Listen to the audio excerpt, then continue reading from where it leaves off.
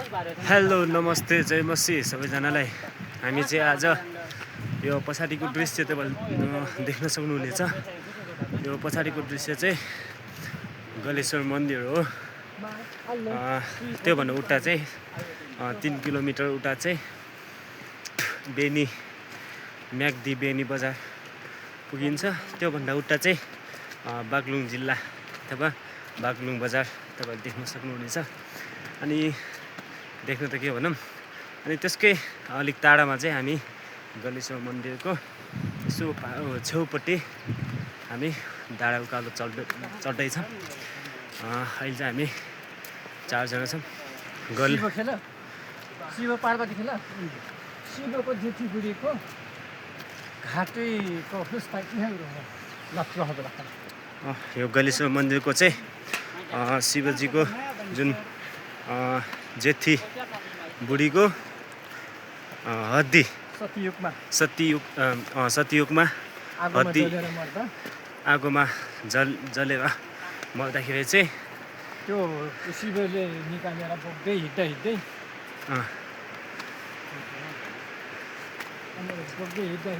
यहाँ पुगेपछि मुक्तिनाथमा पुग्दाखेरि मुख झरेछ अरे शिवको जेठी बुढीको। अनि यो गलेश्वरमा पुगेपछि घाँटी झरेछ।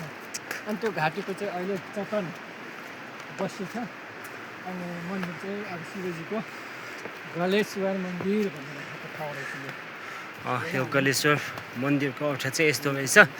अनि योभन्दा अलिक टाढा चाहिँ मुक्तिनाथ मन्दिर पर्छ, जुन यो सायद हुँदै जाने हो मुक्तिनाथ। अनि यो चाहिँ गलेश्वर मन्दिर हो। अहिले तपाईँहरूलाई देखाउनेछु। हामी चल्का डाँडा उकालोमा चढ्दैछौँ। देख्नुहुनेछ यो पछाडिको दृश्य चाहिँ गलेश्वर मन्दिर हो। जुन गलेश्वर मन्दिर चाहिँ यहाँ पर्छ।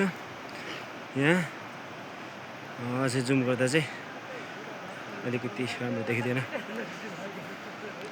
गलेश्वर मन्दिर यहाँ पर्छ। अनि बेनी चाहिँ अलिक तलतिर पर्छ। त्यो साइड बागलुङ तलतिर हो। अनि योभन्दा माथिल्लो चाहिँ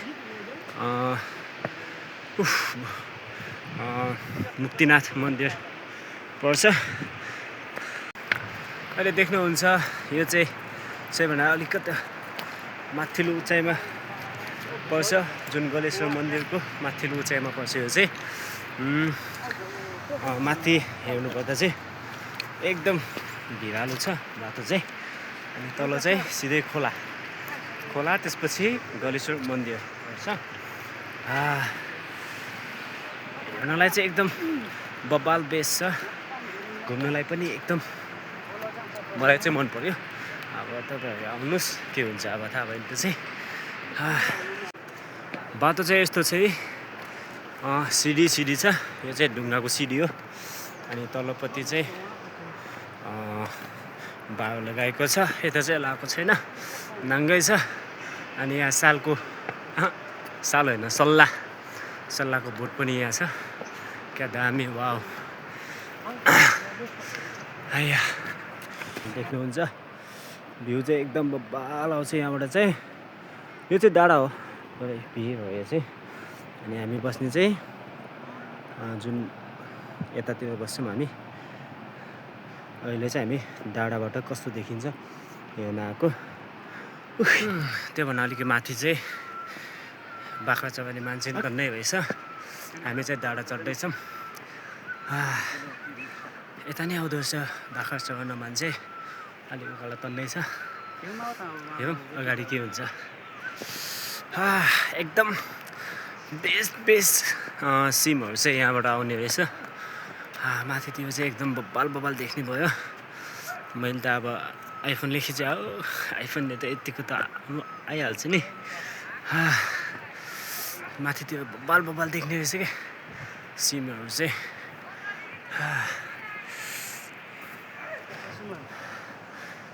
त्यहाँ चाहिँ एउटा अचम्मको दृश्य छ। यहाँ चाहिँ बिसाउने ठाउँ चाहिँ एकदम बब्बाल रहेछ। बब्बाल बिसाउने ठाउँ छ। साथै यसको पारिपट्टि छेउमा जुन त्यो पाल देख्नुहुन्छ, यो पाल चाहिँ उ रहेछ क्या एकदमै त्यहाँ मान्छे जानु पनि सक्दैन। तर यो पाल भन्नाले यहाँ त्यहाँ एउटै नभए त केही त होला, अलिकति सफा नै छ त्यो पालमा, केही न केही होला त्यहाँ रहस्य। हामी चाहिँ वाउ यति बब्बाल ठाउँ, ओहो बिसाउने। यहाँ पानी नै आउँथ्यो रहेछ, पानी चाहिँ आएन, यहाँ पानी चाहिँ कमै छ।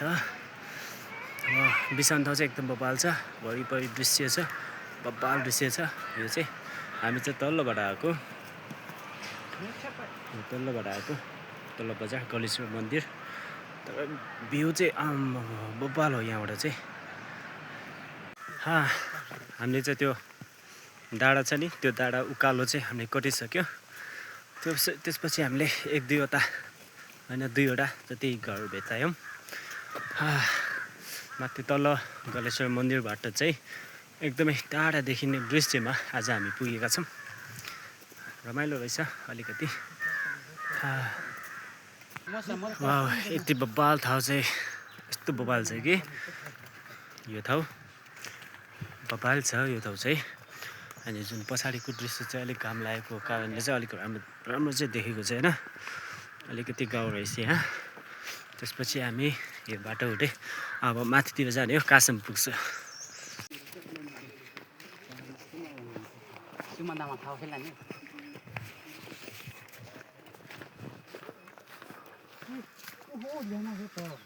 फाइनली हामी चाहिँ खाजा पनि किनिसकेका छौँ। यो खाजा खाएर चाहिँ हामी अब फर्किने हो। योभन्दा माथि चाहिँ आजको लागि स्थगित भएको छ, किनभने हेलो फाइनली हामी चाहिँ अहिले कस्तो ठाउँमा छौँ नि, पछाडिको दृश्य चाहिँ अलिकति यस्तै छ। अनि अब खाजा खान लगाएको। खाजा हामीले के ल्याएछ भने जम्मा एउटा कोक ल्याएछौँ। कोक पनि यस्तो छ होइन। अनि हामी चाहिँ पहाडको दृश्य, यो चाहिँ खास के हो, कफी हो कि के हो होइन, कुन चाहिँ खेती हो, तर एकदम बब्बाल देखेको छ। अनि हामी चाहिँ अब आजको लागि यति नै हो।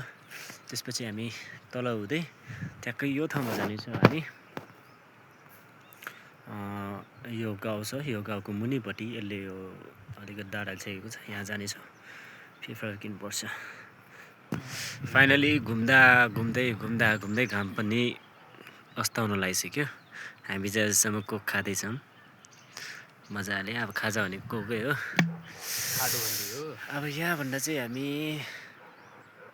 यो गाउँबाट चाहिँ आएको हामी, यो माथितिर चाहिँ गाउँ तन्ने अहिले देख्नुहुन्छ यो दृश्य, यो चाहिँ खै कुन ठाउँ मलाई थाहा भएन। चट्टानको माथि बनेको छ।